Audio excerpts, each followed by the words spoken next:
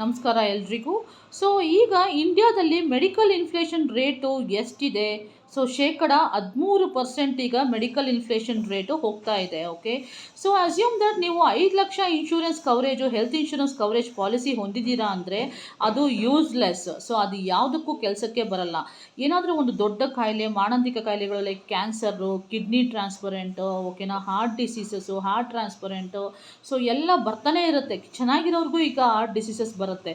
So ಈ 5 lakh 3 lakh insurance ಅನ್ನೋದು sufficient ಆಗೋದೇ ಇಲ್ಲ, ಇದು ಯೂಸೇ ಆಗಲ್ಲ. ಸೊ ಒಂದು ಮನುಷ್ಯನಿಗೆ 2013ನಲ್ಲಿ 5 ಲಕ್ಷದಿಂದ 15 ಲಕ್ಷದೊಳಗಡೆ ಈ ಕಾಯಿಲೆಗಳೆಲ್ಲ ಕವರ್ ಅಪ್ ಆಗ್ತಿತ್ತು.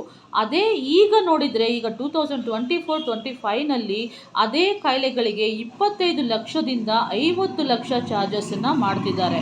ಸೊ ಈಗ ನೀವು 5 ಲಕ್ಷ ಇನ್ಶೂರೆನ್ಸ್ ತೊಗೊಂಡಿದ್ದೀರಾ ಅಂದರೆ ಅದು ಯೂಸ್ಲೆಸ್. ನಾಳೆ ನಿಮಗೆ ಯಾವುದಾದ್ರೂ ಕ್ರಾನಿಕಲ್ ಡಿಸೀಸಸ್ ಬಂತು, ಇಲ್ಲ ಕ್ರಿಟಿಕಲ್ ಇಲ್ನೆಸ್ ಬಂತು, ಹಾರ್ಟ್ ಟ್ರಾನ್ಸ್ಪ್ಲಾಂಟ್ ಮಾಡ್ಕೋಬೇಕು, ಕಿಡ್ನಿ ಟ್ರಾನ್ಸ್ಪ್ಲಾಂಟ್ ಮಾಡ್ಕೋಬೇಕು, ಮತ್ತು ಏನಾದರೂ ಕ್ಯಾನ್ಸರ್ ಟ್ರೀಟ್ಮೆಂಟ್ ಮಾಡಬೇಕು ಅಂದರೆ ಈ 5 ಲಕ್ಷ ಯಾವುದಕ್ಕೂ ಸಾಕಾಗಲ್ಲ. ಒಂದು ಮಿನಿಮಮಲ್ಲಿ ಒಬ್ಬ ಮನುಷ್ಯನಿಗೆ 50 ಲಕ್ಷ ಹೆಲ್ತ್ ಇನ್ಶೂರೆನ್ಸ್ ಕವರೇಜ್ ಇರಬೇಕು. ಮ್ಯಾಕ್ಸಿಮಮ್ಮು 1 ಕೋಟಿ ಹೆಲ್ತ್ ಇನ್ಶೂರೆನ್ಸ್ ಕವರೇಜು ಇರಲೇಬೇಕು. ಆಗ ಮಾತ್ರದಲ್ಲಿ ಅವರು ಸೇಫರ್ ಸೈಡಲ್ಲಿ ಇರ್ತಾರೆ. ನಾಳೆ ಹಾಸ್ಪಿಟಲ್ಸ್ ಬಿಲ್ ಬಂದಾಗ ಚಿಂತೆ ಮಾಡಬೇಕಾಗಿರೋ ಪ್ರಮೇಯ ಇರೋದಿಲ್ಲ. ಸೊ ನಿಮಗೆ ಇದ್ರ ಬಗ್ಗೆ ಹೆಚ್ಚಿನ ಮಾಹಿತಿ ಬೇಕು, ಇದ್ರ ಬಗ್ಗೆ ಕೊಟೇಶನ್ ಬೇಕಾಗಿದ್ದಲ್ಲಿ ನನ್ನನ್ನು ಸಂಪರ್ಕಿಸಿ. ನಾನು ನಿಮಗೆ ಎಷ್ಟು ಮ್ಯಾಕ್ಸಿಮಮ್ ಕವರೇಜ್ ಕೊಡ್ಬೋದು ಅನ್ನೋದನ್ನು ಕ್ಯಾಲ್ಕುಲೇಷನ್ ಮಾಡಿ ಕೊಡ್ತೀನಿ. ಧನ್ಯವಾದ.